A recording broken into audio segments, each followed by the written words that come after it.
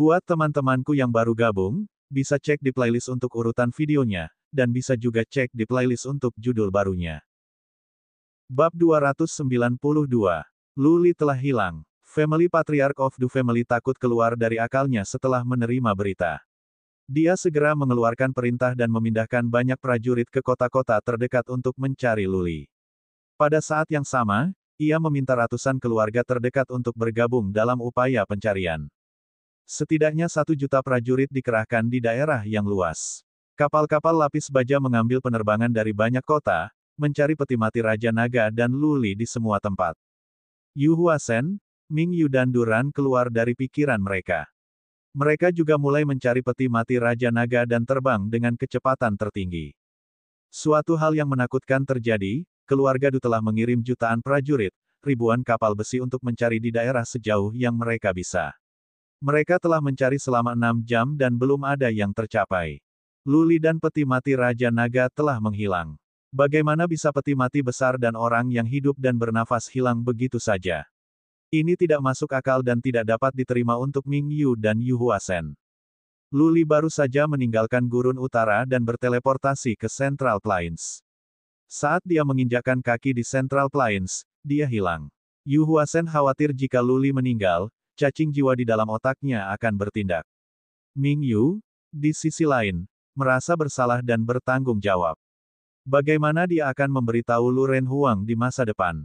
Keluarga Du mengirim lebih banyak prajurit dan memperluas pencarian mereka ke daerah dengan radius sekitar ratusan ribu mil. Peti mati Raja Naga pasti ada di luar sana. Itu pasti bersembunyi di suatu tempat. Faktanya, peti mati Raja Naga memang bersembunyi. Itu di lembah kecil di sepanjang jalan Ming Yu dan yang lainnya mencari.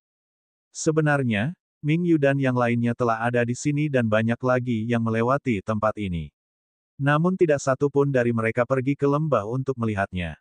Tepatnya, tidak ada yang bisa melihat peti mati Raja Naga, atau Luli yang diikat ke peti mati Raja Naga oleh rantai besi dingin. Pada saat ini, tanda pada peti Raja Naga berkedip-kedip dan patterns misterius di dinding peti mati mulai bergerak. Peti mati Raja Naga berhenti memberikan cahaya keemasan tetapi sinar cahaya berwarna sian yang telah membentuk perisai dengan diameter sekitar 30 kaki. Perisai inilah yang membuat peti mati Raja Naga menghilang. Bahkan kekuatan psikis pun tidak bisa merasakannya, apalagi mata telanjang. Luli masih terikat oleh rantai besi dingin. Dia tidak dalam kondisi yang baik, begitu pula Little White.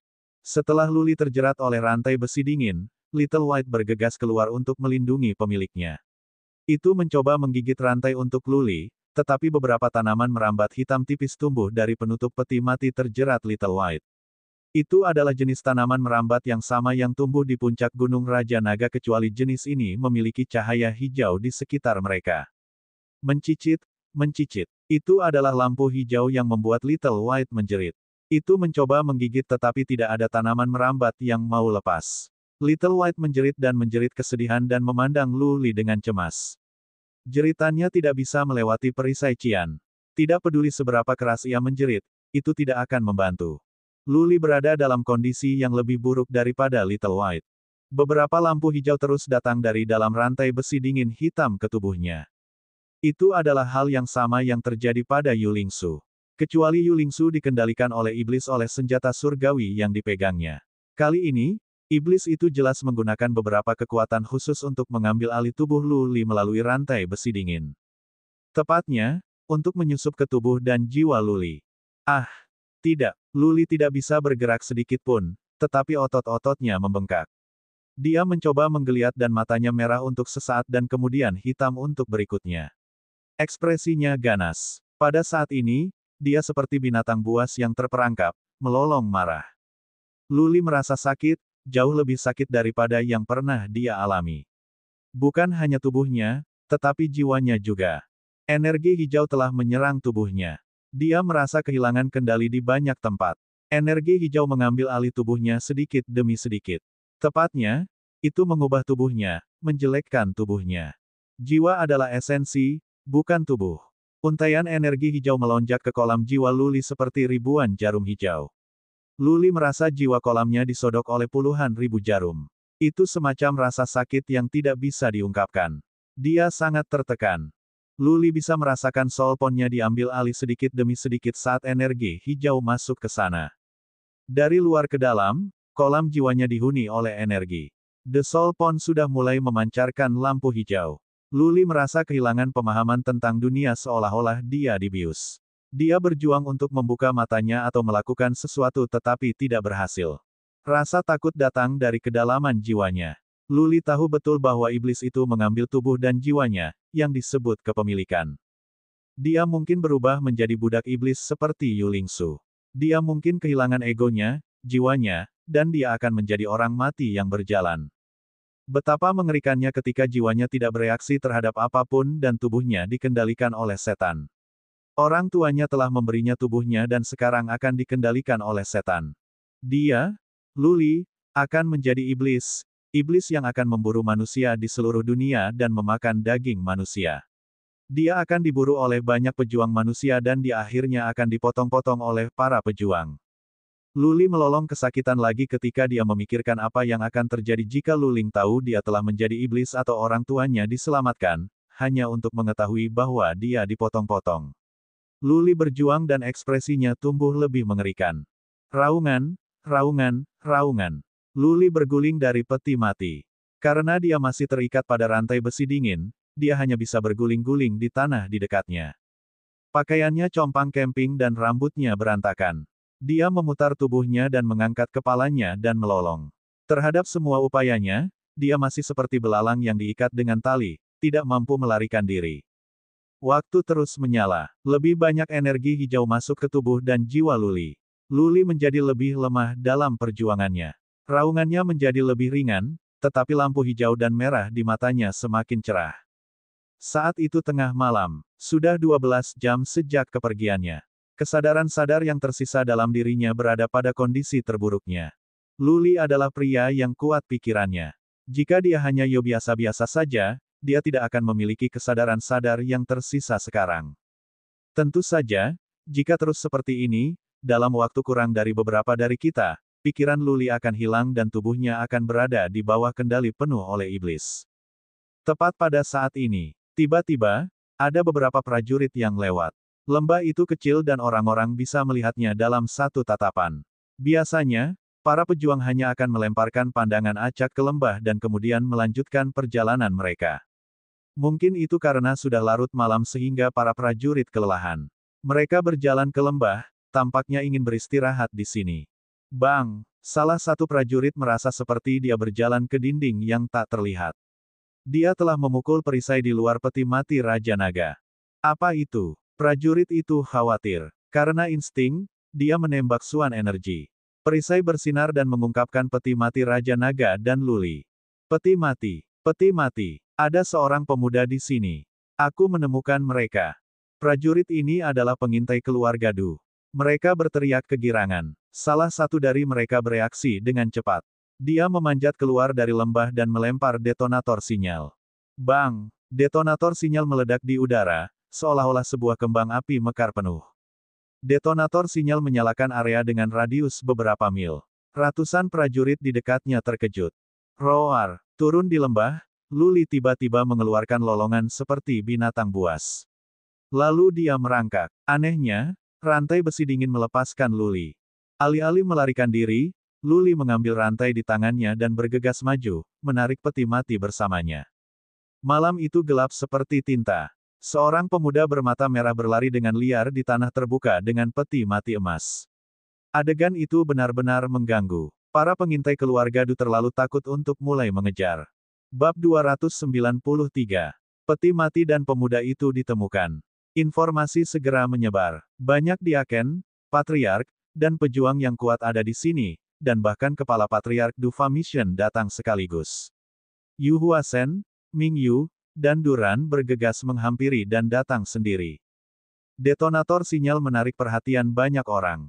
Setidaknya puluhan ribu prajurit mengerumuni. Du Family telah menawarkan hadiah tinggi. Siapapun yang bisa menyelamatkan pemuda ini akan dihargai 100 juta Suan Crystals.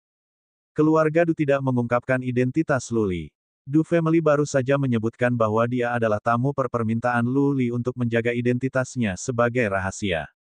Dari tempat Luli pergi dengan peti mati datang banyak prajurit. Luli terus berjalan dengan matanya yang masih merah. Rantai besi dingin di belakangnya memelototi lampu hijau dan beberapa energi hijau masih masuk ke tubuhnya. Raungan, raungan, raungan. Luli akan menjerit seperti binatang buas setiap sekarang dan lagi. Little White, masih terjerat oleh tanaman merambat hitam, juga berteriak. Itu menatap Luli dengan khawatir. Bisa merasakan bahwa Luli ini bukan pemilik aslinya. Sebenarnya, bukan niat Luli membawa peti mati. Dia telah kehilangan kendali atas tubuhnya yang diambil alih oleh iblis sepenuhnya. Peti mati Raja Naga terlihat. Iblis tahu bahwa banyak prajurit yang kuat akan segera datang untuk menghentikannya.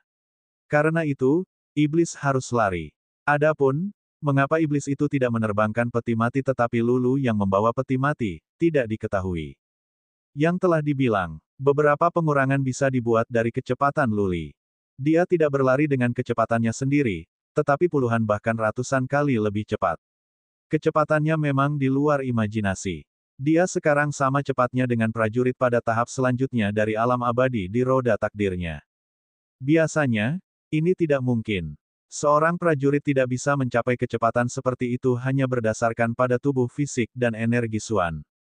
Hanya pejuang kuat yang lebih tinggi dari alam bangsawan dengan energi Suan yang mendalam dan tubuh yang terlatih yang bisa mencapai ini.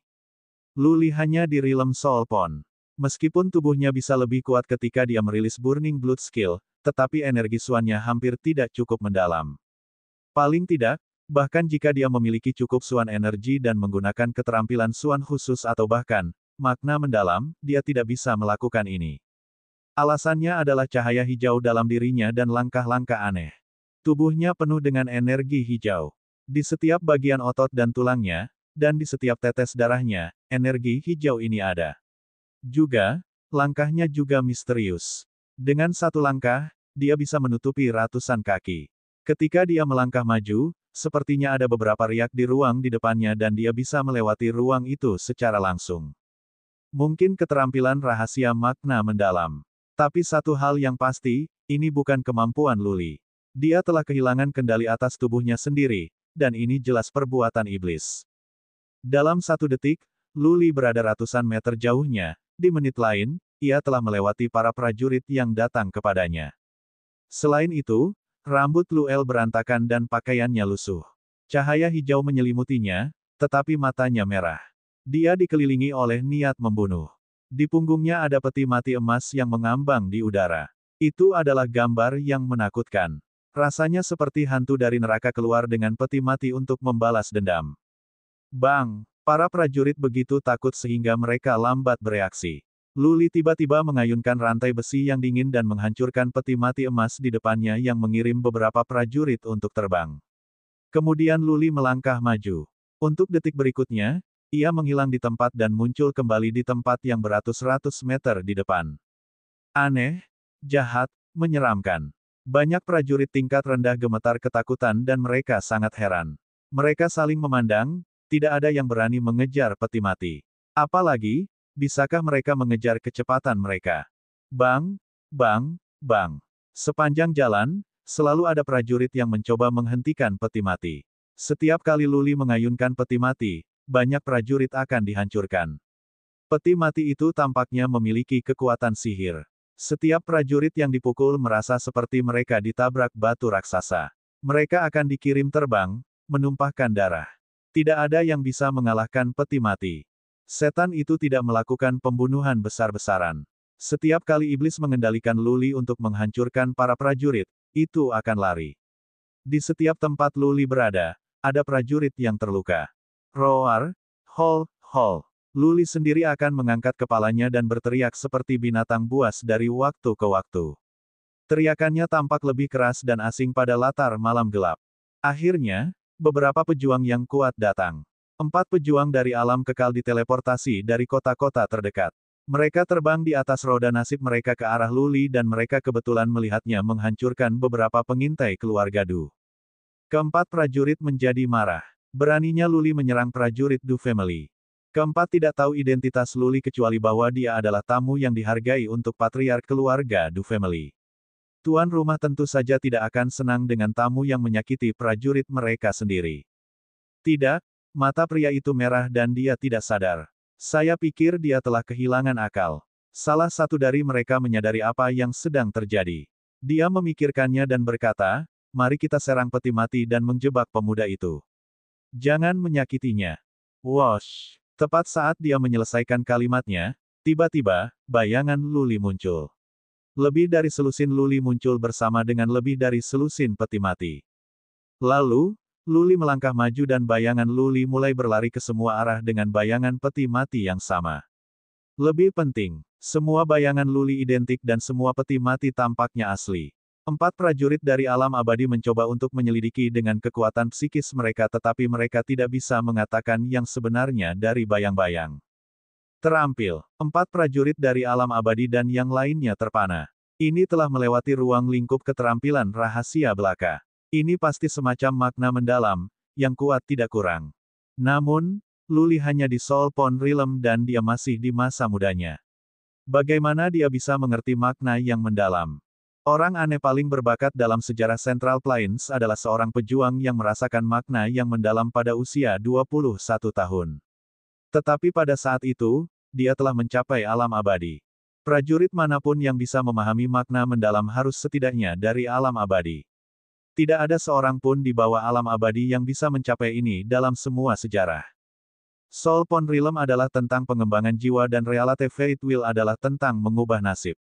Hanya setelah jiwa diperkuat dan hidup diperpanjang, seorang pejuang memiliki kesempatan untuk belajar tentang asal mula di surga dan bumi dan dengan demikian kesempatan untuk memahami makna yang mendalam. Mereka tidak tahu bahwa ada iblis di dalam Luli, dan bahwa dia dikendalikan olehnya. Mereka semua berpikir bahwa ini adalah sarana Luli. Karena itu, mereka tercengang.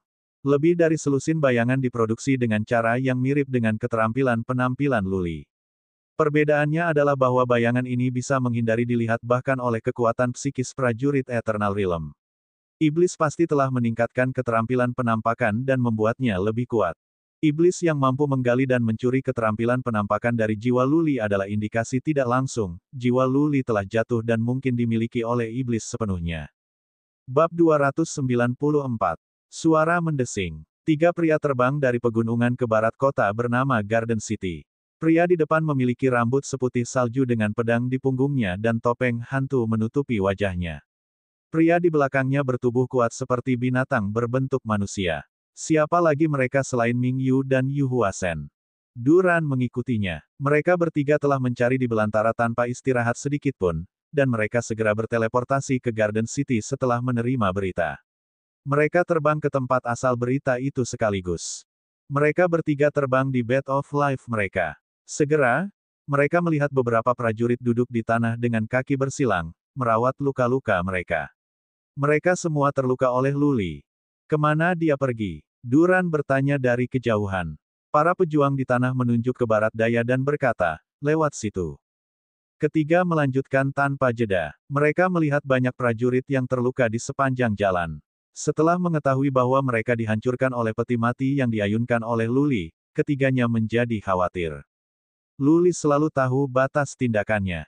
Dia tidak akan melakukan apapun dengan gegabah. Karena dia menghancurkan orang-orang dengan peti mati, itu pasti bukan perbuatannya sendiri. Dengan kata lain, Luli mungkin telah kehilangan akal sehatnya. Berlangsung. Ketiganya mempercepat sedikit. Mereka semua diliputi kecemasan dan kekhawatiran. 1 jam lagi telah berlalu ketika mereka akhirnya menyusul 4 prajurit dari alam abadi. Di mana dia? Duran berteriak dari jauh. 4 prajurit dari alam abadi melihat Duran dan berhenti. Salah satu dari mereka berkata dengan nada meminta maaf, kami kehilangan dia. Kehilangan dia? Apa kamu? Orang bodoh. Duran marah karena marah. Seberapa cepat Luli bisa? Bagaimana mereka bisa kehilangan dia? Pria itu mengedipkan matanya, merasa bersalah, dan menjelaskan, Patriark, jangan salahkan kami. Orang itu begitu cepat dan dia tidak lebih lambat dari kita. Juga, dia bisa membuat lebih dari selusin bayangan ilusi yang tidak bisa kita lihat melalui bahkan dengan kekuatan psikis kita. Kita tidak bisa membedakan mana yang nyata sehingga kita kehilangan dia. Bagaimana mungkin? Ming Yu dan Yu Huasen terkejut. Ming Yu tahu tentang keterampilan penampakan, tetapi dia bisa memberitahu orang yang sebenarnya dari bayang-bayang dengan kekuatan psikisnya. Bagaimana mungkin keempat tidak dapat membedakan mereka? Luli hanya di Realm Soul Pond. Seberapa cepat dia? Bagaimana mungkin dia bahkan lebih cepat daripada pejuang Realm Fate Wheel? Mingyu dan Yu Huasen bertanya tentang informasi lebih lanjut. Setelah mengetahui seluruh gambar, Mingyu dan Yu Huasen benar-benar terpana. Mereka masih tidak akan membelinya kecuali itu bukan Luli yang mereka tahu. Boom! Ratusan mil ke timur, kembang api besar menerangi setengah dari langit. Mingyu, Yu Huasen, dan Duran melirik dan dipenuhi sukacita. Pergi. Jelas, seseorang dari keluarga Du telah menemukan Luli di sana tetapi tidak bisa menghentikannya sehingga mereka meminta bantuan menggunakan peledak sinyal. Ketiganya terbang dengan Bat of Life mereka. Namun segera, sesuatu menarik perhatian mereka. Detonator sinyal meledak di tempat yang jauhnya ratusan mil dari mereka. Jadi, dalam rentang waktu sesingkat itu, Luli telah menempuh ratusan mil. Itu berarti 4 pejuang Realm Roda Fate mungkin mengatakan yang sebenarnya. Mingyu, Yu Huasen, dan Duran tidak bisa mengetahuinya. Mereka harus menyusul Luli dulu. Bahkan jika Luli bisa secepat prajurit dari alam abadi, mereka bertiga masih bisa menyusulnya karena mereka 10 kali lebih cepat. Jarak ratusan mil tidak banyak bagi para prajurit dari alam mulia. Pada saat 2 batang dupa terbakar, ketiganya telah tiba di tempat peledak sinyal meledak. Mereka melirik hanya untuk melihat lusinan prajurit yang terluka tanpa jejak Luli atau peti mati Raja Naga. Duran bertanya lagi, kemana dia pergi? Tidak tahu. Para prajurit tampak bingung. Salah satu dari mereka menjelaskan, pemuda itu memiliki lebih dari selusin bayangan dan dia berlari ke segala arah. Kita tidak tahu kemana dia benar-benar pergi. Berpisah. Mingyu dan 2 lainnya tidak berani tinggal lama. Luli tidak bisa berada di tempat mereka datang sehingga mereka bisa mengambil 3 arah lainnya masing-masing. Mingyu terbang ke selatan dan Yu Huasen pergi ke barat sementara Duran mengambil arah lain. Mereka pikir tidak peduli seberapa cepat Luli, mereka harus dapat menemukannya. Namun, mereka telah menempuh jarak ratusan mil masing-masing tetapi tidak menemukan petunjuk. Para pengintai di sepanjang jalan terluka. Mereka semua berpikir bahwa dia salah jalan sehingga mereka mengubah jalur dan melanjutkan. 4 jam kemudian, mereka bertiga bertemu di sebuah kota. Karena mereka tidak dapat menemukan Luli dalam 4 jam, mereka pasti kehilangan dia. Mereka ingin kembali ke kota dan mencari informasi. Bukan hanya mereka bertiga. Kepala Patriark keluarga Du datang dengan lebih dari selusin prajurit dari alam Dewa Mulia tetapi mereka tidak menemukan apapun. Luli menghilang sekali lagi. Ini terlalu aneh, begitu aneh sehingga para Patriark keluarga Du tidak bisa memahaminya, belum lagi prajurit biasa lainnya. Selama bertahun-tahun di Central Plains, tidak ada hal aneh yang terjadi. Namun, seseorang berspekulasi bahwa ada beberapa makhluk jahat di peti mati Raja Naga. Kalau tidak, bagaimana bisa menghindari pencarian begitu banyak prajurit dan menghilang? Itu pagi. Berita itu menyebar ke semua kota dan suku di suatu daerah dengan radius jutaan mil dan berita itu tumbuh semakin meragukan. Beberapa orang mengatakan bahwa seorang pemuda membawa peti mati telah datang dari gurun utara. Dia datang dari pintu masuk ke dunia bawah. Dia akan menjelekkan setiap orang dari Central Plains sehingga bisa menjadi surga bagi setan. Du Family tidak punya cara lain selain tetap mengirimkan informasi. Semua prajurit dari semua keluarga di wilayah yang dikendalikan oleh keluarga Du telah pergi mencari Luli di semua tempat. Sepanjang pagi berlalu tanpa ada informasi baru. Mingyu, Yu Huasen dan Duran telah berteleportasi kembali ke Dan City untuk menunggu sehingga mereka bisa diteleportasi begitu mendapat berita. Puluhan ribu prajurit terbang keluar dari banyak kota, mencari Luli di seluruh pegunungan dan dataran. Banyak prajurit memiliki sinyal peledakan atau jimat jade. Mereka bisa mengirimkan informasi begitu mereka melihat peti mati atau Luli. Du Family Patriark telah mengirim pesanan bahwa benda ini tidak dapat dipelajari oleh keluarga lain di luar wilayah mereka. Setelah keluarga lain penasaran dan mengirim prajurit yang lebih kuat, situasinya hanya bisa memburuk. Keluarga Qin telah mundur dan mereka tidak bergerak lagi. Ini adalah wilayah keluarga Du. Mereka tahu bahwa mereka telah kehilangan kesempatan ketika mereka tidak bisa mengambil peti mati ketika mereka menemukannya. Mingyu, Yu Huasen dan Patriark keluarga Du menghabiskan pagi mereka dengan gelisah. Tidak ada berita. Setiap dari mereka ada di pin dan jarum. Setiap detik setiap menit menyakitkan bagi mereka. Menjelang sore, akhirnya ada beberapa berita, berita yang mengejutkan setiap patriark keluarga Du. Dikatakan bahwa Luli dan peti mati itu berada di Stream City. Mingyu memperhatikan Duran tampak mengerikan. Dia bertanya, di mana Stream City? Tenggara. Duran berkata dengan kaget dan tak percaya, jika kita melangkah lebih jauh, kita akan keluar dari wilayah Du Family. Itu milik keluarga Qin. Ada jarak puluhan juta mil antara Garden City dan Stream City, kita membutuhkan setengah hari untuk menempuh jarak bahkan jika kita berada di kecepatan tertinggi kita. Bagaimana Tuan Muda Lu melakukannya? Tidak ada prajurit yang khawatir sepanjang jalan. Sangat aneh. Wilayah keluarga Qin. Yu Huasen dan Ming Yu terbang segera dan masuk ke formasi teleportasi sesegera mungkin. Luli tidak akan diserang di wilayah keluarga Du, tapi dia akan berada dalam bahaya di wilayah keluarga Qin. Bab 295. Di sebelah tenggara Stream City, di alam liar, Luli berlari bersama peti mati itu. Dia tampak dalam kondisi yang lebih buruk. Rambutnya acak-acakan, dan jubahnya compang camping. Dia mendapat banyak goresan dan darah merembes ke sekujur tubuhnya. Dia tampak sangat kumal, dan matanya merah seperti darah. Dia meringis kesakitan dan terengah-engah seperti anjing gila. Terkadang, dia sadar, dan di waktu lain, dia bingung.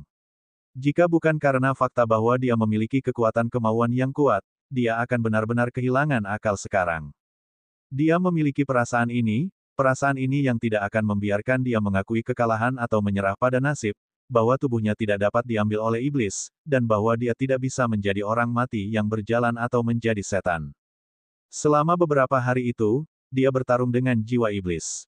Untuk sesaat, soulponnya memelototi warna hijau, dan untuk berikutnya, putih. Itu dia yang berjuang untuk dominasi atas jiwa kolam dengan iblis. Adapun fakta bahwa dia bisa tiba di Stream City dari Garden City tiba-tiba dan dengan tenang sepenuhnya disebabkan oleh iblis.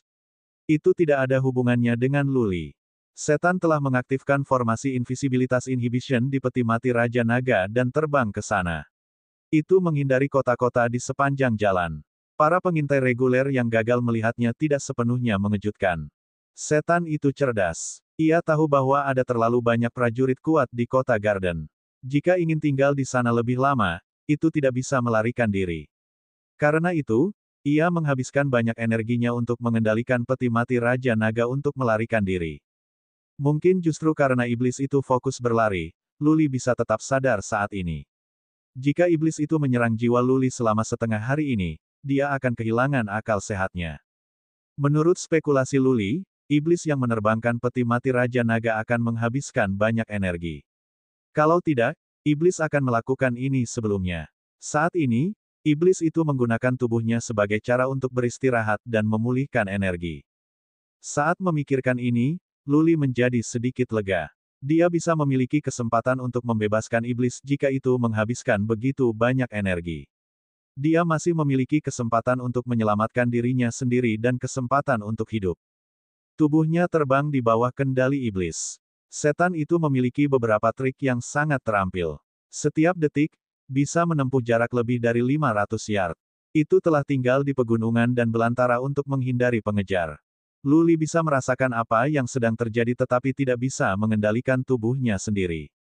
Dia seperti jiwa yang tersisa mengambang di luar tubuhnya. Dia bisa melihat atau berpikir, tetapi dia tidak bisa melakukan apa-apa. Aku harus memikirkan cara untuk menyelamatkan diriku sendiri. Luli berpikir dengan cepat. Dia menyadari bahwa dia hanya punya dua cara. Yang pertama adalah untuk memperebutkan kontrol kolam jiwa dengan iblis sehingga tidak bisa memiliki jiwanya sepenuhnya dan dia bisa menunggu Ming Yu dan Yu Huasen untuk menyelamatkannya. Yang kedua adalah mencari cara untuk mengendalikan tubuhnya, mengganggu tindakan iblis dan menghentikannya melarikan diri. Ketika Ming Yu dan yang lainnya datang ke sini, mereka pasti akan mencari cara. Luli hanya di Realm Soulpon. Jiwa dan kekuatannya jauh dari kuat. Mustahil baginya untuk berurusan dengan iblis sepenuhnya sendirian. Setelah menyelesaikan ini, Luli mulai memikirkan cara untuk mengendalikan tubuhnya. Dia memfokuskan pikirannya pada tubuhnya, tangan dan kakinya, mencoba mencari cara agar tubuhnya bertindak sesuai dengan pikirannya sendiri. Plop, akhirnya, kaki Luli bergetar dan saat dia berlari, dia tiba-tiba jatuh ke tanah setelah mencoba, bertarung dan berjuang untuk memenangkan kembali kontrol berkali-kali. Peti mati di belakangnya juga jatuh ke tanah karena inersia, mengangkat banyak kotoran dan debu. Namun, tak lama kemudian, Luli merangkak lagi.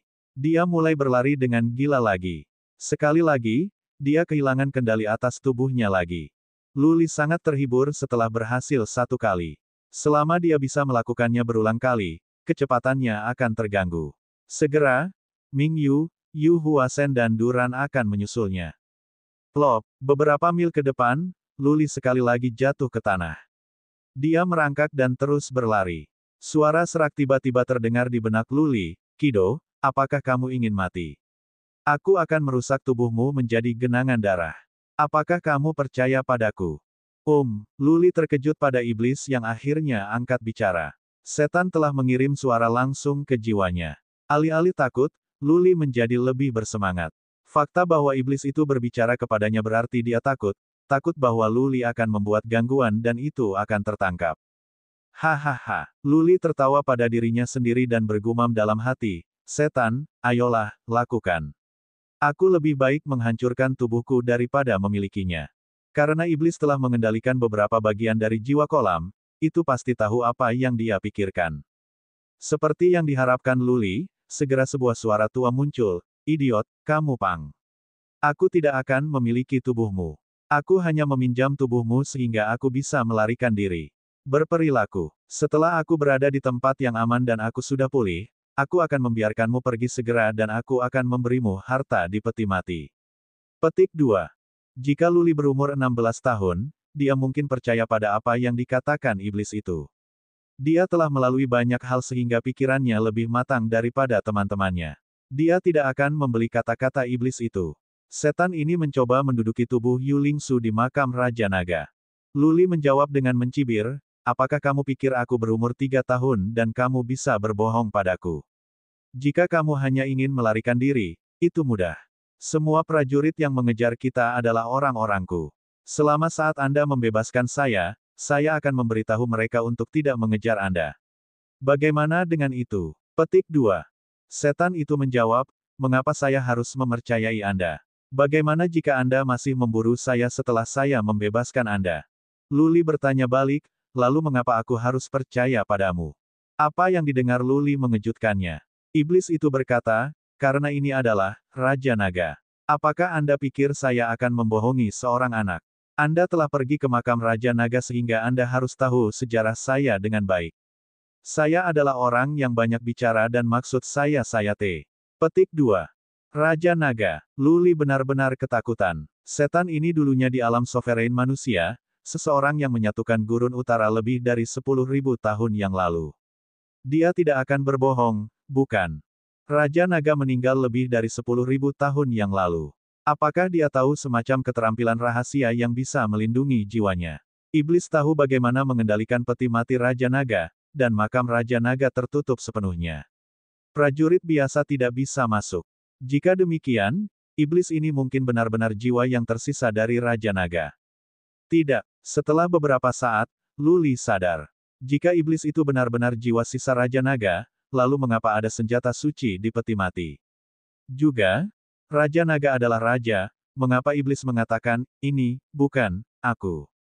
Ada sesuatu yang lebih penting. Raja Naga adalah milik Gurun Utara. Jika itu memang Raja Naga, setelah peti mati Raja Naga terbang keluar dari makam Raja Naga, dia akan bersembunyi di Gurun Utara untuk memulihkan energi atau mencari cara untuk generasi. Intinya, dia tidak akan mengambil tindakan yang dianggap salah untuk datang ke Central Plains dan ditemukan begitu cepat. Terlebih lagi, Luli tidak pernah mendengar bahwa orang bisa menyelamatkan jiwa setelah mati selama 10.000 tahun. Ini terlalu absurd. Metode iblis tidak sama dengan metode manusia. Segera, Luli mencibir dan berkata, "Kamu iblis tua, siapa yang kamu ingin bodoh? Aku tidak akan membuang waktu dengan kamu. Entah kamu menghancurkan tubuhku atau aku akan terus mengacaukan kamu sehingga kamu tidak bisa lari. Ketika orang-orangku di sini, Anda harus mati juga. Atau, Anda dapat membebaskan saya dan saya bersumpah bahwa saya akan menghentikan orang-orang saya mengejar Anda." Petik 2. Luli berusaha keras. Setan itu tertawa dan menjawab, "Pang, kamu benar-benar berpikir kamu baik. Karena kamu tidak tahu bagaimana harus bertindak, Aku akan menghancurkan jiwamu dan aku akan mengubah tubuhmu menjadi milikku sepenuhnya sehingga kamu akan menjadi abadi bahkan jika kematian adalah apa yang kamu mencari. Tunggu saja dan lihat. Petik 2. Bab 296. 8 orang keluar dari formasi teleportasi yang bersinar di Stream City dengan Ming Yu dan Yu Huasen di depan dan Duran dan beberapa patriark keluarga Du di belakang mereka. Mereka tidak mengambil kapal besi lapis baja. Sebaliknya, mereka terbang ke arah tenggara menggunakan Bats of Life mereka sekaligus. Kota Scream berada di bagian paling tenggara di wilayah keluarga Du. Itu akan menjadi wilayah keluarga Qin di luar kota ini. Duran dan yang lainnya terbakar dengan kecemasan. Bahkan patriark kedua keluarga Du ada di sini juga. Mereka semua berusaha menghentikan Luli sesegera mungkin karena masalah tak berujung akan terjadi begitu mereka menginjak wilayah keluarga Qin. Mereka terbang dengan kecepatan tertinggi. Pada waktu hanya untuk satu dupa untuk membakar, mereka telah tiba di daerah yang pertama kali dilihat Luli. Prajurit sudah ada di sini menunggu untuk menunjukkan arah. Salah satu prajurit dari Soul Pond Realm menunjuk ke timur dan berkata, dengan cara ini, tuanku. Akan ada prajurit lain di depan yang menunjukkan arah. Orang-orang kita masih berusaha menghentikan pemuda itu. Duran dan yang lainnya mengangguk. Keluarga kecil di Stream City benar-benar tahu bagaimana harus bertindak. Ini akan menghemat banyak waktu mereka dalam pertanyaan yang tidak perlu. 8 dari mereka melanjutkan. Memang ada prajurit yang menunggu untuk membimbing mereka di sepanjang jalan. 8 dari mereka bergegas tanpa henti. Duran mengerutkan kening setelah mereka pergi untuk waktu selama 4 dupa untuk membakar karena dia masih tidak melihat jejak Luli dan peti mati Raja Naga, belum lagi mereka semakin dekat ke wilayah keluarga Qin. Ayo pergi. Patriark kedua keluarga Du melambaikan tangannya dan melanjutkan yang lainnya. Mereka harus menyelamatkan Luli bahkan jika mereka harus menyinggung keluarga Qin atau bahkan pergi berperang dengan mereka. Sekitar 10 mil kemudian, sekelompok prajurit Eternal Realm tiba-tiba bergegas keluar. Duran dan yang lainnya memandang. Mereka menjadi cemas ketika mereka menyadari para pejuang itu berasal dari keluarga yang berafiliasi dengan keluarga Qin. Tuan, salah satu prajurit berteriak dari jauh, daerah di dekatnya telah ditutup. Keluarga Qin mengatakan bahwa tidak ada yang bisa masuk. Terima permintaan maaf kami. Apa yang membuat mereka khawatir telah terjadi. Keluarga Qin telah menemukan Luli dan peti mati Raja Naga. Keluarga Qin telah mengirim banyak prajurit untuk menghentikan Ming Yu dan yang lainnya dalam upaya untuk mengantongi semua harta di peti mati mungkin. Sialan off. Ming Yu tidak terlalu banyak berpikir. Dia segera menggunakan pasukannya untuk menekan yang lain dan dia melewati kerumunan seperti bintang jatuh. Tanpa ragu, Yu Huasen mengikuti Ming Yu. Sekilas kedinginan muncul di mata patriark kedua keluarga Dubu. Dia melambaikan tangannya dan berkata, ayo pergi. Perangi siapapun dari keluarga Qin yang berani menghentikan kita. Tapi jangan bunuh mereka. Patriark kedua keluarga Du berada di puncak alam Dewa Mulia. Dia sangat kuat dan dia menikmati cukup otoritas di keluarga. Karena dia memberikan perintah ini, semua leluhur lainnya melanjutkan tanpa mengungkapkan ketidaksetujuan. Semakin jauh mereka pergi, semakin banyak prajurit di sana untuk menghentikan mereka. Tapi para pejuang itu hanya orang biasa. Mereka bahkan tidak bisa melihat Ming Yu dan yang lainnya dengan jelas ketika mereka terbang, belum lagi menghentikan mereka. Di sana, setelah mereka terbang untuk membakar 3 batang dupa, Yu Huasen tiba-tiba berteriak. Mereka melirik dan melihat seorang pria muda berlari dengan peti mati emas yang mencolok. Mereka bergegas kegirangan. Namun, sebelum mereka cukup dekat, pria dan peti mati menghilang tanpa jejak. Apa? Mereka tertegun. Bagaimana hal itu terjadi? Ming Yu berpikir cepat dan berkata dengan suara berat, ini pasti ilusi. Tuan muda pasti ada di suatu tempat di dekatnya. Mengingat bagaimana Luli melarikan diri dengan melepaskan lebih dari selusin bayangan ilusi, mereka semua menyadari apa yang terjadi sehingga mereka terus maju. 3 mil di depan, ekspresi Dubu semakin dingin dan Duran yang lain terbebani dengan kecemasan. Ada 6 prajurit dari Realm Lord Nobeem. Tak perlu dikatakan, para prajurit itu berasal dari keluarga Qin. 6 prajurit Realm Lord Realm terbang dengan cepat.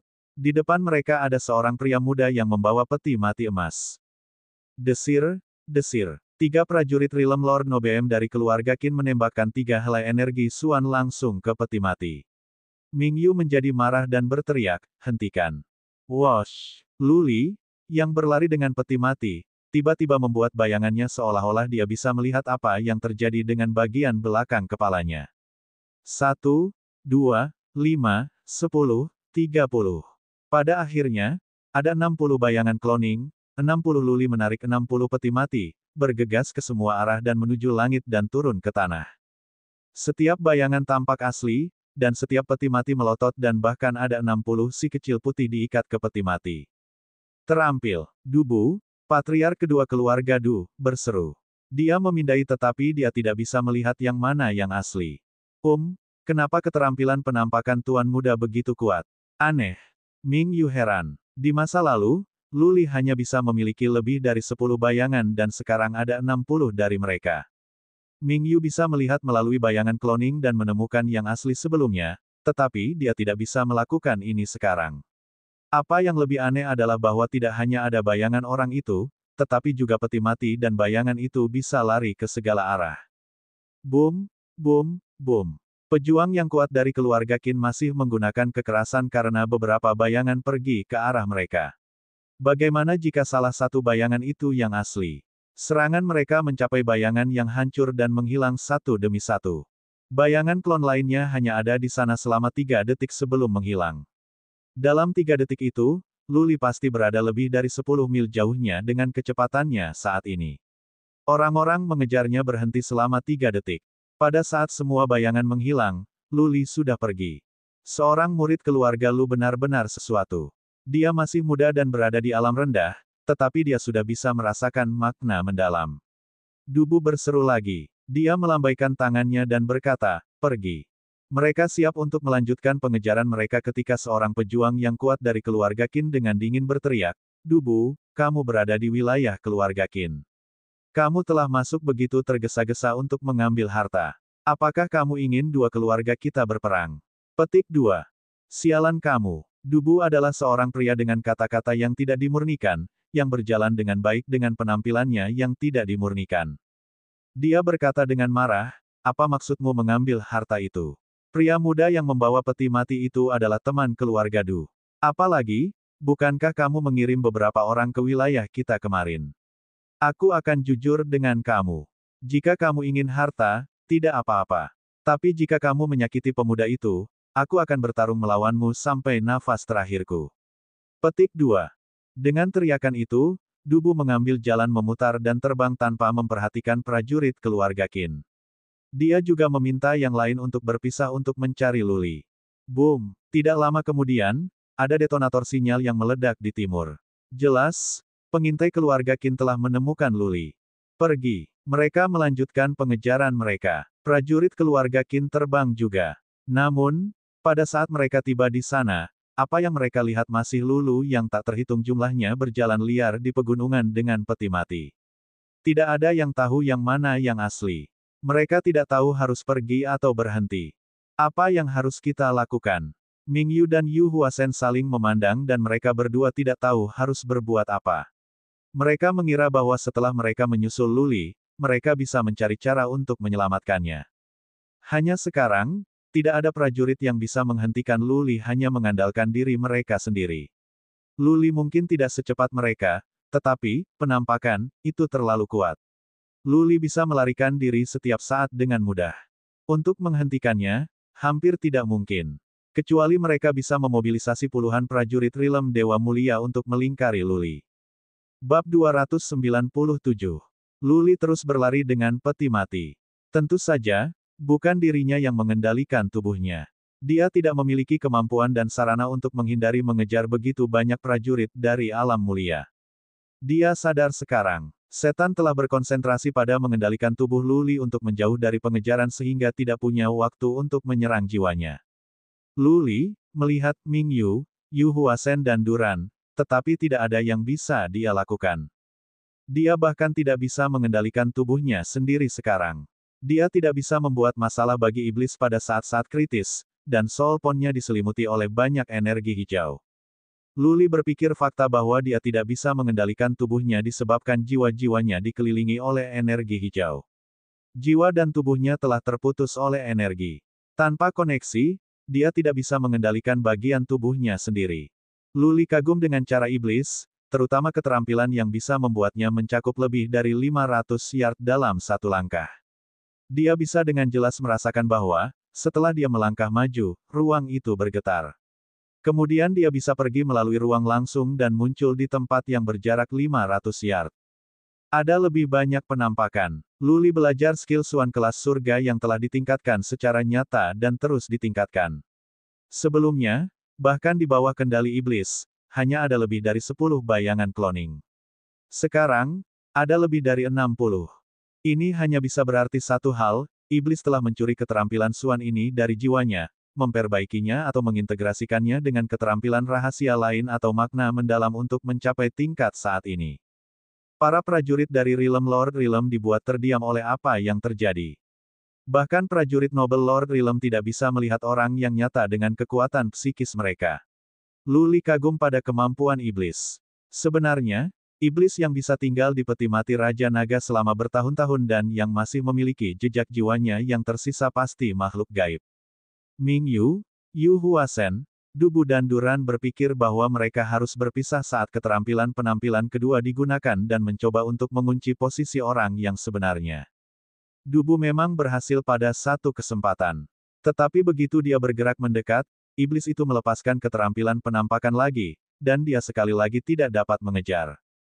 Keterampilan penampakan bisa dirilis selama masih ada energi Suan di Laut Roh Luli. Luli memiliki energi Suan yang berlimpah di Laut Rohnya. Ada cukup energi Suan untuk digunakan selama beberapa bulan bahkan jika Luli tidak menyerap lebih banyak Suan Qi melalui kultivasi. Jika keluarga Du dan keluarga Qin tidak mengirim prajurit yang lebih kuat, tidak mungkin Luli bisa dihentikan. Satu melarikan diri, sementara yang lain mengejarnya. Sore telah berlalu. Segera, malam akan jatuh. Luli telah memimpin lebih dari selusin prajurit Noble Lord Realm sejauh ratusan ribu mil. Keluarga Qin mengirim 3 prajurit Noble Lord Realm lagi. Sekarang, ada 17 dari mereka yang mengikuti Luli. Kirim pesan ke Family Patriarch untuk memintanya datang. Seorang patriark keluarga Qin ada di ujung kecerdasannya ketika dia melihat Luli menghasilkan 60 bayangan ilusi. Dia mengerutkan kening dan dia tahu bahwa dia harus mengirim pesan sekarang. Kalau tidak, tidak ada yang bisa menghentikan pemuda atau peti mati. Patriark keluarga Qin yang lain mengangguk dan berkata, "Benar, Brother Six, pergi ke kota terdekat dan mengirim pesan ke Family Patriarch kita. Peti mati itu akan memasuki gunung sihir jahat jika dia tidak datang tepat waktu." Patriark keluarga Qin mengangguk dan terbang pergi. Dubu menyaksikan semua itu. Ekspresinya berubah. Dia mengambil keputusan dan berkata kepada Duran, "Kamu pergi dan mengirim pesan juga dan meminta keluarga patriark atau kepala patriark kita untuk datang ke sini. Jika Luli benar-benar masuk ke gunung sihir jahat, bahkan dewa tidak bisa menyelamatkannya." Petik 2. Apa gunung sihir jahat ini? Dubu menghela nafas dan mengucapkan beberapa kata, "Di utara Plains Tengah, tempat ketiga paling berbahaya di sini. Setiap prajurit di bawah alam manusia berdaulat yang berani masuk ke sana akan mati." Patriark lain dari keluarga Du menambahkan, "Ini dulunya adalah retret para pejuang yang kuat. Tempat itu penuh dengan serangga dan racun Fodo dan jutaan formasi penghambatan. Formasi penghambatan itu bukan yang rata-rata, tetapi yang kuno. Mereka sangat mengerikan jika kita masuk, kita pasti akan mati. Bahkan patriark keluarga kita atau patriark keluarga Qin tidak berani pergi jauh ke gunung itu." Pemimpin paviliun kelezatan pernah masuk. Dia tidak mengatakan apa-apa setelah keluar, meskipun tetapi tidak ada orang lain di paviliun delicacy yang masuk lagi. Petik 2. Ekspresi Ming Yu dan Yu Huasen berubah. Mereka melanjutkan pengejaran mereka tanpa mengatakan apapun. Di bawah penutup masker hantu, mata Ming Yu tumbuh lebih dingin dari sebelumnya. Ekspresinya, jika itu terlihat, pasti sangat mengerikan. Mereka benar-benar memiliki perasaan bahwa Luli, pada saat ini, bukan tuan muda mereka. Luli tidak mungkin memiliki kemampuan yang tak terbayangkan seperti itu. Mereka tidak tahu apa yang telah terjadi dan mereka tidak tahu harus berbuat apa. Ming Yu telah mencoba berkali-kali untuk menghentikan Luli dengan force. Sayangnya, setiap kali, dia hanya menghentikan bayangan klon. Tidak sekalipun Ming Yu mendekati orang sungguhan. Ming Yu dan Yu Huasen siap untuk menyerah pada nasib setelah mereka bertemu dengan Luli dan kemudian kehilangan dia lagi karena keterampilan penampilannya. Satu-satunya yang bisa mereka andalkan sekarang adalah patriark keluarga Du Family atau Chief Patriarch. Mereka berdua di alam sovereign manusia. Sebagai soal fakta, mereka adalah satu-satunya pejuang realm manusia sovereign realm dari keluarga Du. Kalau tidak, keluarga Du akan menjadi peringkat ketujuh sejak lama. Waktu terus berjalan, dan itu jauh di malam hari. Temperatur telah turun dan angin dingin mengamuk. Prajurit Realm Lord Nobeem terbang ke segala arah, berusaha menemukan Luli. Boom! Dari timur meledak detonator sinyal lain. Namun, para prajurit Realm Lord Mulia telah mati rasa terhadap sinyal-sinyal itu. Apa yang bisa mereka lakukan bahkan jika mereka benar-benar menemukan Luli? Yang mereka lakukan hanyalah mengikuti Luli dan tidak kehilangannya lagi. Kenapa mereka belum datang? Dubu semakin cemas. Mereka hampir mencapai gunung sihir jahat sebentar lagi. Jika Family Patriarch atau Chief Patriarch tidak bisa datang, sudah terlambat. Hei, Dubu tiba-tiba memikirkan sebuah ide dan berkata, beberapa dari kita dapat pergi ke gunung sihir yang jahat dan mencoba menghentikan Luli di sana. Selama Tuan Muda Lu tidak masuk ke gunung, dia dapat diselamatkan ketika keluarga kita Patriark atau Kepala Patriark tiba di sini. Petik 2. Ya benar, para Patriark lainnya dari keluarga Du mengangguk. Segera, Dubu meminta 4 dari mereka untuk terbang langsung ke timur ke gunung sihir jahat dan bersiap untuk menghentikan Luli di sana. Ming Yu berkata setelah berpikir, biarkan aku pergi juga. Jika Tuan Muda Lu pergi ke sana, aku bisa mencoba menekannya. Ming Yu terbang bersama yang lainnya ke timur secara langsung. Mereka tidak jauh dari gunung sihir jahat. Pada saat 3 dupa untuk membakar, Ming Yu dan yang lainnya telah tiba di gunung yang menjulang. Gunung itu menetap di alam liar seperti binatang buas. Ada kabut ungu gelap di sana, membentuk suasana kesuraman yang keras. Orang-orang tahu bahwa bagian dalam akan sangat berbahaya dan mengerikan hanya dengan mengintip dari luar. Ming Yu menunggu dengan gugup. Dia berdoa agar Luli tidak datang ke sini dan pada saat yang sama dia akan datang. Jika Luli mengambil jalan ini, Ming Yu kemudian bisa menghentikannya dengan force. Wosh! Setelah waktu untuk 2 dupa untuk membakar, datang suara dari barat. Lalu sebuah peti mati dengan tatapan keemasan muncul di cakrawala. Luli akhirnya mengambil jalan ini. Ini mereka datang. Siap menghentikan mereka dengan force. Otot Ming Yu menegang. 4 prajurit lainnya dari alam mulia juga ditekankan. Mereka semua melepaskan Bats of Life, senjata, dan harta mereka, siap untuk mencegah Luli memasuki atau menghentikannya. 3 mil, 1,5 mil, 1 mil. Mereka bisa melihat Luli dengan jelas sekarang. Dia memiliki tampilan acak-acakan rambut acak-acakan, mata merah dan wajah bengkok yang memberinya penampilan serigala kesepian yang putus asa atau seseorang yang melarikan diri dari kejaran musuh. Pindah. Ming Yu berteriak dan terbang keluar. Dia melepaskan force sekaligus. 4 prajurit Realm Lord mulia lainnya membuat langkah mereka juga. Tepat pada saat itu, Luli tersenyum mengejek. Dia melompat ke peti mati yang tiba-tiba muncul di tempat itu dengan tatapan cian, dan mereka menghilang ke udara.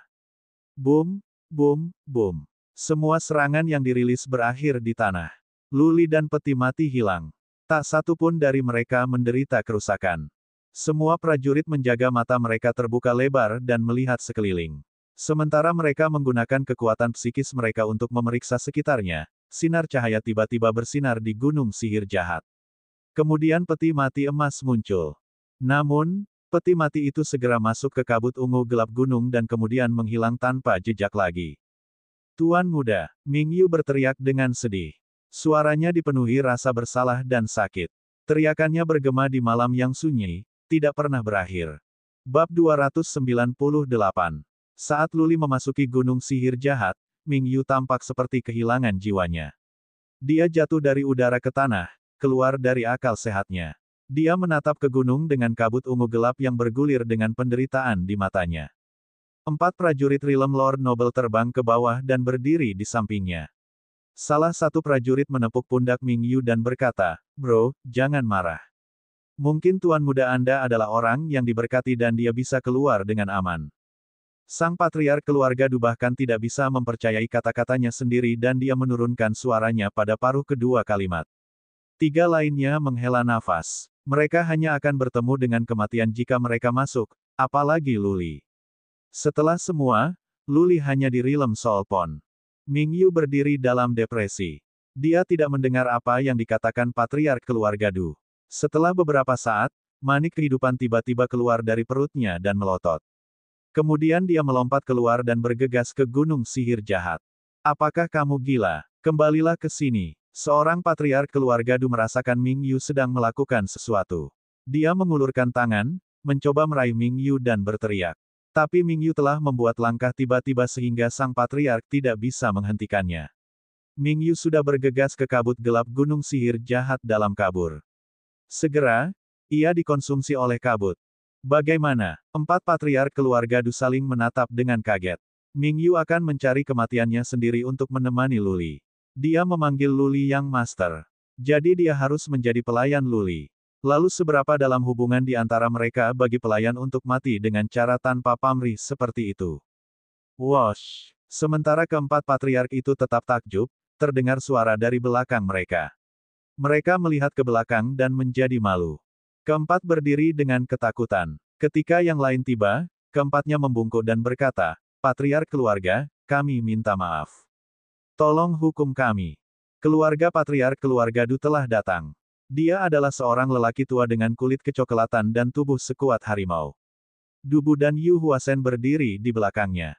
Ekspresi mereka berubah ketika mereka mendengar apa yang mereka katakan.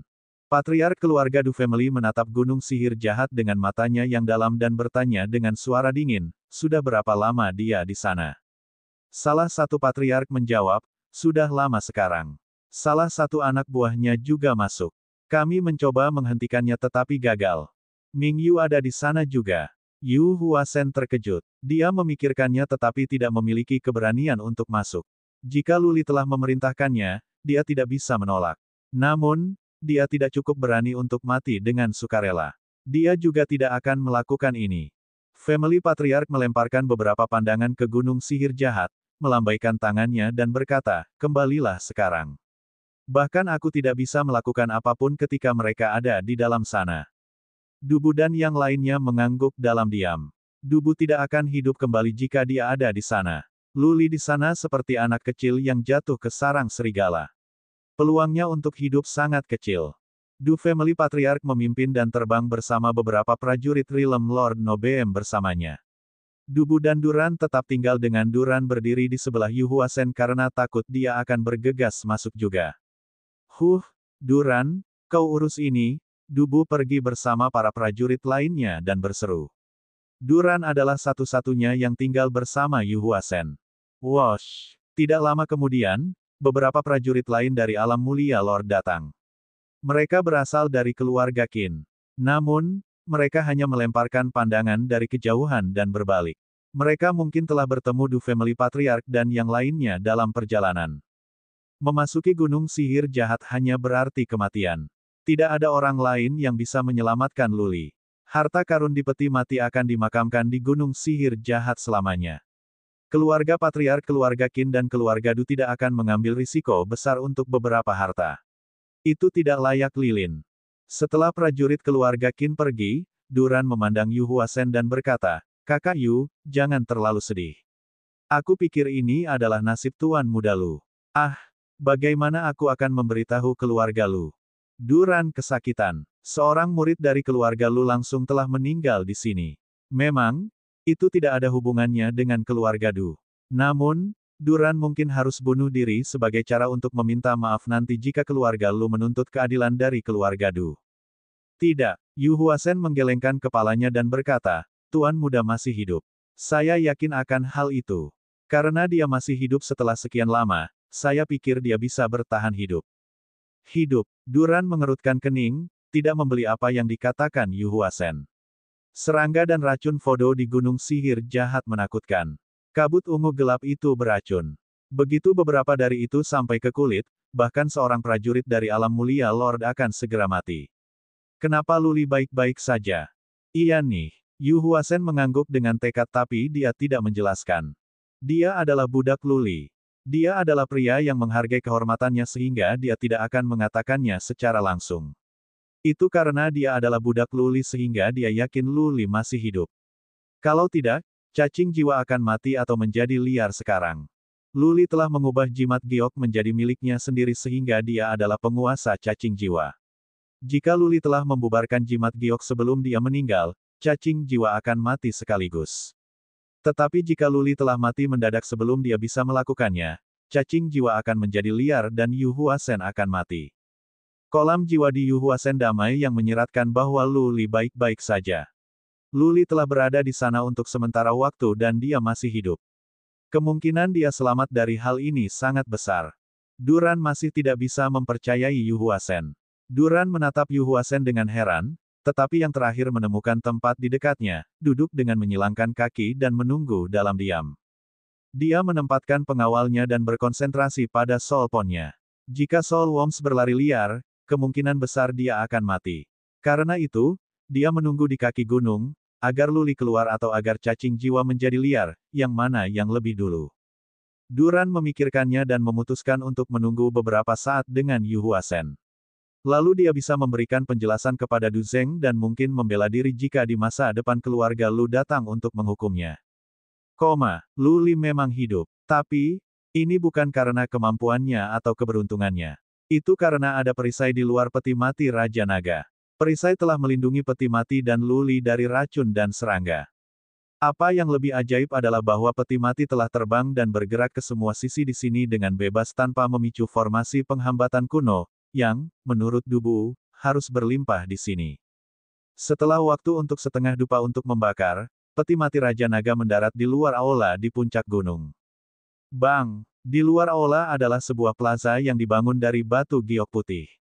Peti mati Raja Naga menabrak plaza dan perisai itu perlahan menghilang. Selama waktu ini, tubuh Luli tidak di bawah kendali penuh oleh iblis. Dia hanya diikat oleh rantai besi dingin sehingga dia tidak bisa bergerak. Dia membuka matanya untuk memeriksa sekitarnya, diserang oleh sebuah aula besar di depannya. Ada kabut ungu gelap sepanjang jalan, tetapi di alun-alun dekat aula, tidak ada. Juga, aula itu melotot, yang menerangi sekeliling. Apa aula? Luli tertarik dan tertarik oleh aula. Model aula berbeda dari yang ada di gurun utara. Aula sepertinya memiliki, tidak ada pintu. Luli harus berada tepat di depan aula sesuai dengan tata letak puncak dan alun-alun. Namun, tidak ada pintu. Di dinding aula terukir banyak bak dari beragam bentuk dan penampilan aneh. Lebih penting lagi, serangga-serangga itu tampaknya hidup. Di mana-mana yang dilihat Luli, serangga itu tampak hidup, bergerak di dinding. Lipan, serangga gemuk, yang hitam dengan taring, dan ulat dengan sayap seperti burung dan beberapa terbakar dengan api. Luli terpesona dengan apa yang dilihatnya. Serangga-serangga itu tampaknya memiliki kekuatan sihir yang akan membuat seseorang tidak dapat mengalihkan perhatian mereka. Berdengung. Segera, Luli tidak bisa menonton lagi. Rantai besi dingin melotot hijau, dan untaian energi masuk ke tubuh Luli dan dia menutup matanya. Dia merasa energi hijau masuk ke dalam jiwa ini dengan cepat dan mencoba untuk menduduki jiwanya lagi. Sebuah suara serak muncul di kepalanya, Pang, ini adalah gunung sihir jahat. Bahkan prajurit Realm Sovereign manusia hampir tidak dapat melarikan diri dari kematian di sini. Jadi, jangan berharap bahwa ada orang yang akan menyelamatkanmu. Sekarang bersikaplah. Don, aku menolak ini. Setelah aku mengambil alih tubuhmu, aku akan membuatmu terkenal di seluruh dunia. Bab 299. Jelas, iblis telah lama merencanakan untuk tiba di gunung sihir jahat dengan pergi melalui wilayah keluarga Qin. Ini adalah niatnya selama ini. Iblis itu harus memiliki pengetahuan tentang gunung sihir jahat di mana ia bisa menyingkirkan prajurit yang mengejar, maka itu bisa fokus pada mengambil alih tubuh Luli untuk beregenerasi. Itu berhasil mencapai gunung sihir jahat dengan sukses dan tidak ada yang mengejar mereka lagi. Setan itu sekarang bisa menyusup ke jiwa Luli dengan sepenuh hati tanpa kekhawatiran. Banyak energi hijau menembus ke dalam jiwa Luli dalam bentuk jarum. Kali ini, iblis itu bertujuan untuk menghancurkan jiwa Luli sepenuhnya yang akan memungkinkannya untuk menempati sepenuhnya kolam jiwa Luli, menjamin regenerasinya. Luli memiliki kemauan yang kuat. Iblis telah mencoba untuk membiarkan jiwa Luli tidur tetapi gagal karena gangguan dari luar dan perjuangan Luli. Kali ini, iblis menggunakan cara yang paling kejam. Ia ingin Luli menderita rasa sakit yang tak ada habisnya sehingga ia akan menyerah dan ia akan setengah mati dengan jiwanya hancur. Segera, Luli meraung dengan deru yang menyakitkan. Dia telah kehilangan kendali atas tubuhnya dari jiwanya, tetapi dia berteriak karena insting. Orang bisa membayangkan berapa banyak rasa sakit yang dia alami. Dia meluncur keluar dari insting. Dia berguling dari peti mati dan ke tanah, namun, karena dia masih terikat oleh rantai besi dingin, dia hanya bisa berguling-guling di sekitar peti mati. Ekspresi wajahnya bengkok, ototnya bergetar, dan dia tampak seperti binatang yang sekarat. Mencicit, mencicit. Little White, terjerat oleh tanaman merambat hitam di peti mati, tidak bisa tidak berteriak. Itu mencoba untuk menggigit tanaman anggur hitam, tetapi meskipun demikian, karena cahaya hijau pada tanaman anggur hitam, itu tidak bisa berhasil. Ratusan juta jarum energi hijau menembus ke kolam jiwa Luli. Rasa sakitnya semakin sulit untuk bertahan, seolah-olah dia sedang dibakar oleh api dengan intensitas yang meningkat, atau dipotong-potong. Luli tidak bisa pingsan karena rasa sakit di jiwanya. Dia hanya bisa menahan rasa sakit yang menghancurkan dengan upaya. Ketika seseorang terlalu menderita, ia akan kehilangan akal. Bagaimana jika itu puluhan atau ratusan atau ribuan kali lebih kuat? Itu akan menjadi konsekuensi. Jiwa seseorang secara bertahap akan runtuh karena rasa sakit yang tak tertahankan, dan jiwa itu akhirnya akan hilang. Misalnya, ketika seseorang menikam suatu objek selama beberapa kali, akan ada beberapa lubang. Tetapi jika orang itu menghancurkan benda itu dengan gunung, benda itu akan terpecah-pecah dan menjadi bubuk. Luli yang mengalami hal seperti itu saat ini. Dia merasa seperti akan kehilangan akal dan jiwanya akan segera meledak. Kesadarannya mengarungi, dan jiwanya akan runtuh. Tidak, Luli meraung marah. Dia sangat enggan menyerah. Dia harus menyelamatkan orang tuanya, dia harus mendapatkan Luling kembali. Dia masih muda, dan ini seharusnya tidak bagaimana semuanya akan berakhir. Dia tidak ingin tubuhnya dirasuki setan tua. Ini lebih mengerikan daripada kematian itu sendiri. Di dalam jiwanya yang akan turun, keinginannya untuk berpegang teguh, yang memberdayakannya tiba-tiba. Kolam jiwanya yang berwarna hijau sekarang dikelilingi oleh cahaya putih. Energi hijau itu semua dikeluarkan. Hah! Suara kejutan terdengar di benak Luli. Iblis tua itu terkejut. Luli memiliki tekad yang aneh. Berdengung. Segera, iblis mengendalikan jarum energi hijau untuk menyerang lagi. Itu tidak akan percaya ini. Luli hanya seorang pejuang dari Soul Pond Realm, jadi bagaimana mungkin jiwa yang begitu lemah bertahan dari serangan ganas? Jika 1 kali tidak berhasil, maka 10 kali, atau 100 kali atau ribuan kali. Jiwa Luli akan runtuh cepat atau lambat. Lagi dan lagi. Setan itu menyerang lagi dan Luli terus melawan. Dominasi ada di tangan iblis untuk sesaat dan kemudian di tangan Luli untuk selanjutnya. Luli berguling-guling di tanah, dan dia akan menabrak peti mati sesekali. Darah tumpah. Rantai besi dingin berderak dan Little White terus berteriak. Luli memiliki pikiran yang benar-benar kuat yang berkaitan dengan lingkungan tempat ia dibesarkan. Luling dan dia saling bergantung satu sama lain untuk bertahan hidup. Mereka kesepian dan tak berdaya, dan mereka sering diintimidasi. Sejak usia muda, ia telah menjadi anak yang tangguh. Kemudian dia menghabiskan 7 tahun itu di air terjun untuk memperbaiki tubuhnya, terlepas dari bagaimana cuaca itu.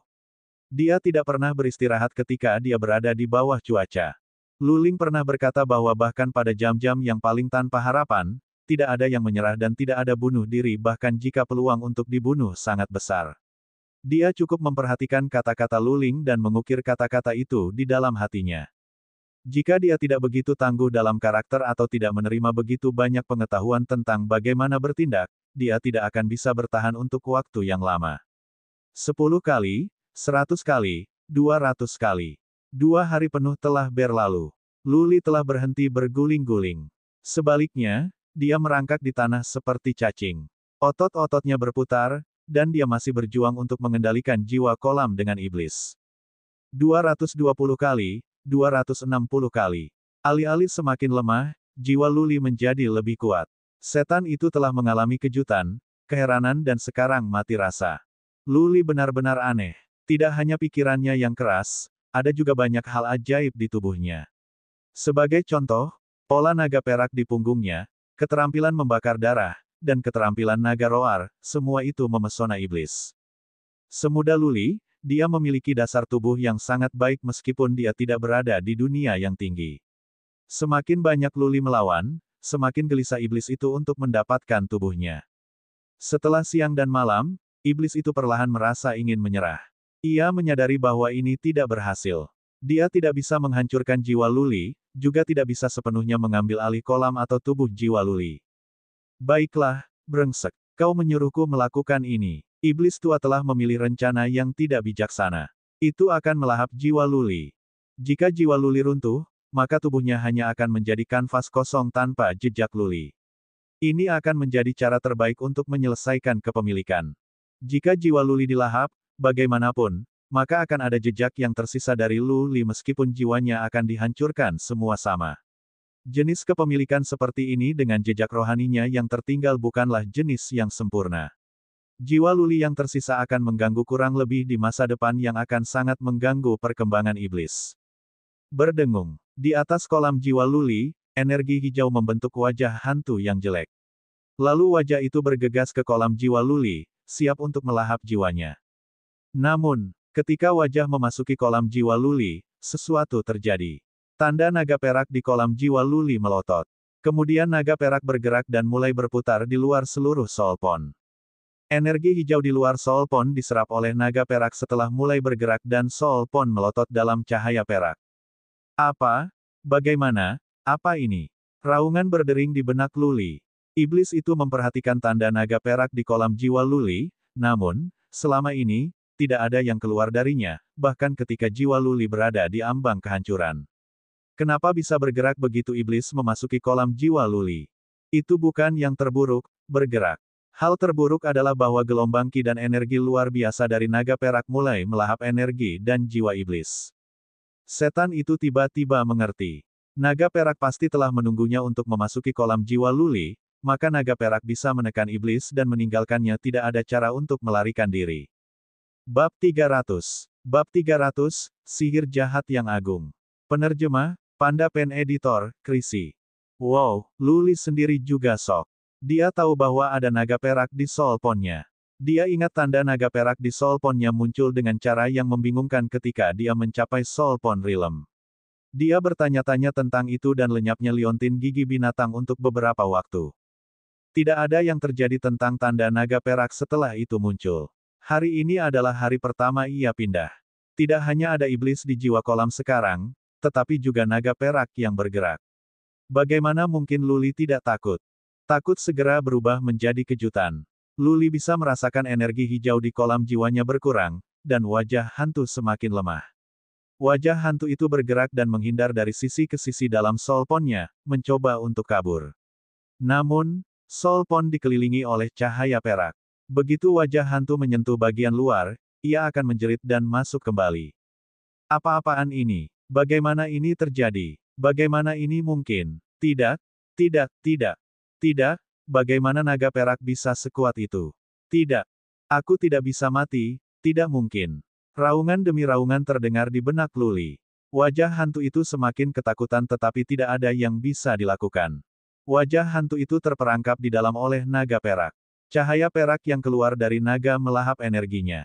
Wajah hantu semakin lemah dan semakin lambat, semakin lambat. Pang, hentikan naga perak sialan itu. Aku tidak akan memiliki tubuhmu sekarang. Aku akan membiarkanmu pergi seketika. Pang, cepatlah sekarang, atau aku akan membawamu turun bersamaku.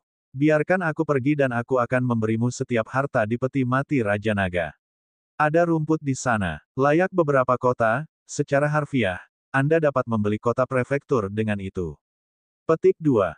Setan itu panik dan mulai mencoba membujuk Luli, berharap dia bisa menghentikan naga perak itu. Tapi bagaimana mungkin Luli mengendalikannya? Bahkan jika dia bisa, dia tidak akan melakukannya. Percaya iblis. Dia bukan idiot. Wajah hantu semakin menipis dan bisa menghilang kapan saja sekarang. Iblis sekali lagi berkata kepada Luli, Pang, ada banyak harta di aula sihir jahat di luar sana.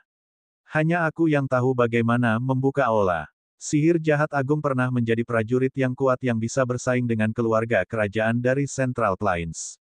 Biarkan aku pergi dan aku akan membuka aula sihir jahat untukmu, oke? Petik 2. Aula sihir jahat. Luli tertarik. Gunung itu disebut gunung sihir jahat menurut iblis. Maka aula sihir yang jahat pastilah yang berada di luar yang tidak memiliki pintu. Ini adalah istana untuk sihir jahat agung. Lalu seberapa kuat dia jika dia bisa bersaing dengan keluarga kerajaan di dataran tengah? Penasaran adalah satu hal, tapi Luli tidak membiarkan iblis tua ini pergi. Faktanya, dia tidak bisa mengendalikan naga perak itu. Yang dia lakukan adalah menunggu dengan tenang dan melihat bagaimana hasilnya. Mari kita mati bersama. Pada saat terakhir, iblis itu berusaha melakukan upaya yang gigih. Jiwanya akan dikonsumsi sepenuhnya, jadi ia berusaha menyeret Luli ke kematian bersama. Wajah hantu yang setengah transparan itu memelototi warna hijau, lalu gelombang ki dan energi yang menakutkan memancar dari wajah hantu itu. Tidak, dari kedalaman jiwa Luli muncul kesadaran akan bahaya.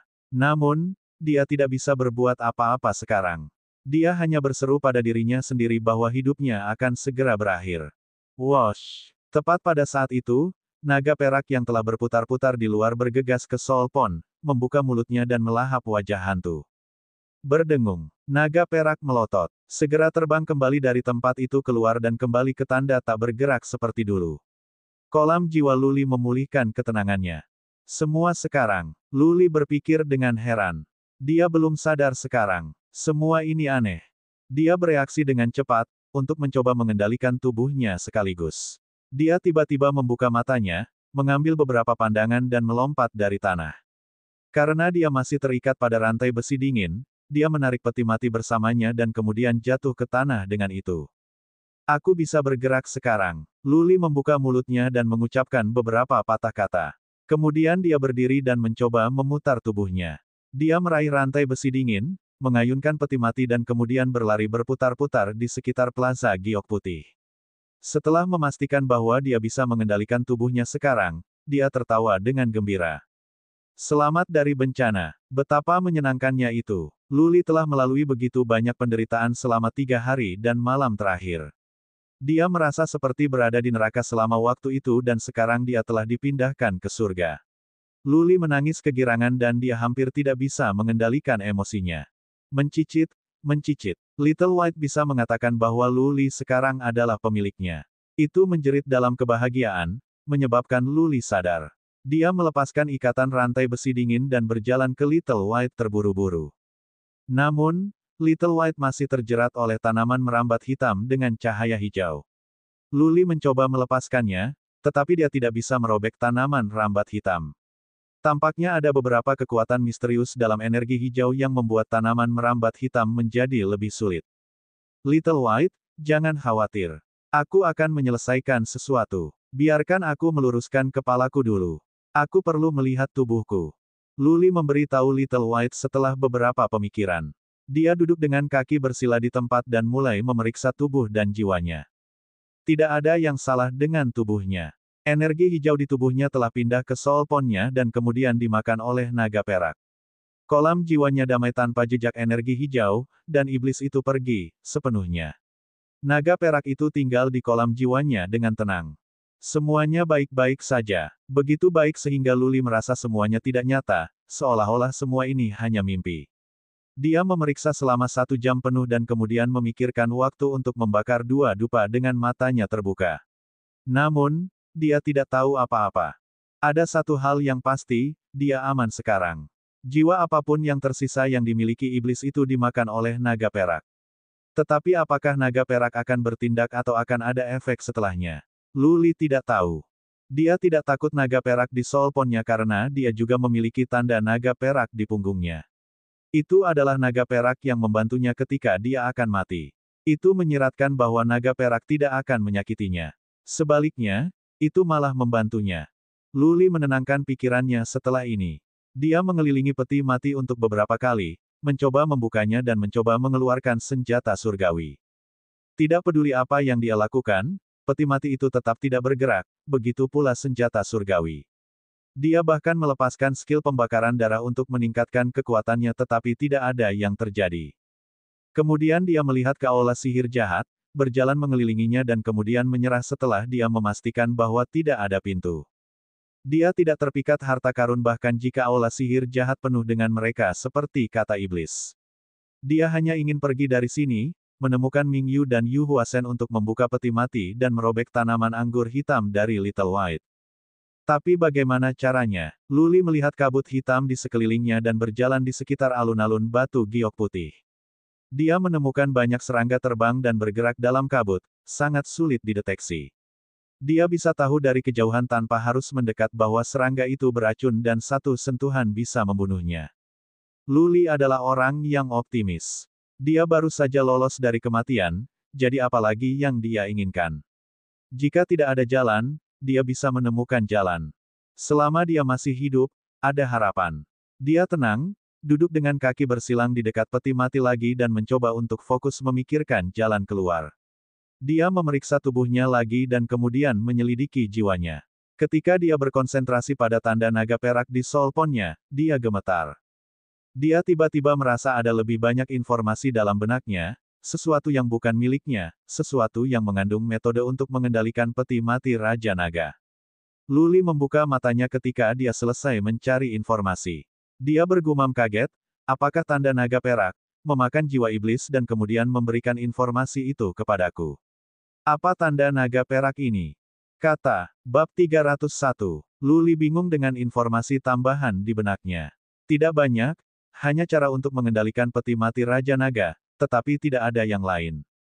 Iblis itu berkata bahwa dia tahu cara untuk membuka aula sihir yang jahat, tetapi tidak ada apa-apa tentang ini, atau dari mana iblis itu berasal dan mengapa itu ada di peti mati Raja Naga. Jika jiwa iblis sepenuhnya dikonsumsi oleh naga perak, maka tanda naga perak seharusnya mentransfer semua memori iblis kepadanya. Setan itu kuat, langkah aneh dan kemampuan untuk meningkatkan keterampilan penampilan keduanya terampil. Luli menginginkan informasi itu dan mencoba menggunakannya untuk kebaikannya sendiri. Luli menjaga pikirannya berkonsentrasi pada tanda naga perak di solpon untuk sementara waktu tetapi tidak ada informasi lebih lanjut. Dia sekarang harus menelusuri informasi untuk mengendalikan peti mati Raja Naga, menyelamatkan Little White dan terbang keluar dari gunung sihir jahat. Setelah 1 jam, Luli membuka matanya dengan kebingungan lagi. Ada sesuatu yang hilang tentang cara mengendalikan peti mati Raja Naga. Ada cara menerbangkannya, untuk membuka perisai luar dan untuk menyelimutinya, tetapi tidak ada cara untuk membukanya. Dengan kata lain, Luli bisa mengendalikan peti mati Raja Naga untuk mengaktifkan perisai berwarna cian, mengendalikannya untuk terbang dan tidak terlihat, tetapi dia tidak bisa membukanya. Luli memiliki beberapa keraguan serius. Apakah tanda naga perak di kolam jiwa sengaja melakukannya? Atau apakah dia tahu ada sesuatu yang berbahaya di peti mati sehingga tidak meneruskan informasi itu kepadanya? Atau apakah iblis itu menghancurkan bagian dari ingatan sebelum meninggal untuk mencegah Luli dari mendapatkan harta di dalam? Luli masih tidak bisa mengetahuinya setelah beberapa saat berpikir dalam-dalam. Dia bangkit, berjalan ke peti mati Raja Naga dan menuangkan suan energi ke peti mati perlahan dari tangannya. Dia kemudian berkonsentrasi pada pola dan berlari di peti mati, mengendalikan mereka untuk bergerak dengan cara tertentu. Berdengung. Segera, tanda dan pola pada peti mati mulai bergerak. Tanaman merambat hitam di Little White secara otomatis menarik kembali ke peti mati dan menghilang. Suara mendesing. Little White bergegas ke pelukan Luli, menjilatnya dengan lidah kecilnya dengan sayang dan berteriak kegirangan. Little White, ayo keluar dari sini. Luli menepuk kepalanya dan kemudian melompat ke peti mati Raja Naga. Dia meletakkan satu tangan di peti mati, menutup matanya, dan mengendalikan rune. Berdengung. Dengan tatapan tajam, perisai setengah transparan berwarna cian muncul. Perisai itu bisa menutupi peti mati. Dari luar, peti mati Raja Naga telah menghilang. Ayo pergi. Luli menuangkan suan energi lagi dan memindahkan beberapa rune lainnya. Peti mati Raja Naga terbang dan bergegas ke kabut ungu gelap. Kabut ungu gelap itu penuh racun, sangat menakutkan. Ada banyak bak fodo di sana juga. Untungnya, tidak ada yang bisa masuk ke perisai peti mati Raja Naga. Luli menerbangkan peti mati Raja Naga dengan perlahan. Itu bukan karena peti mati itu tidak bisa lebih cepat, tetapi karena Luli menginginkannya. Selalu ada formasi penghambatan di tempat-tempat itu. Kalau tidak, iblis akan mengambil rute langsung ketika tiba. Dia mencoba mengingat cara iblis mengambil. Untungnya, selama waktu itu, iblis itu tidak mengendalikan jiwanya sehingga dia memiliki ingatan tentang jalan masuk. Butuh waktu bagi mereka untuk membakar setengah dupa di jalan masuk, tetapi untuk 3 dupa untuk membakar di jalan keluar. Luli belum keluar, masih ada beberapa kabut ungu gelap di depannya. Wah, Pada saat itu, Luli menghentikan peti mati Raja Naga. Dia mendengar suara napas berat datang dari bawahnya. Napas itu bercampur dengan rasa sakit dan penderitaan, seperti suara yang dibuat oleh hantu.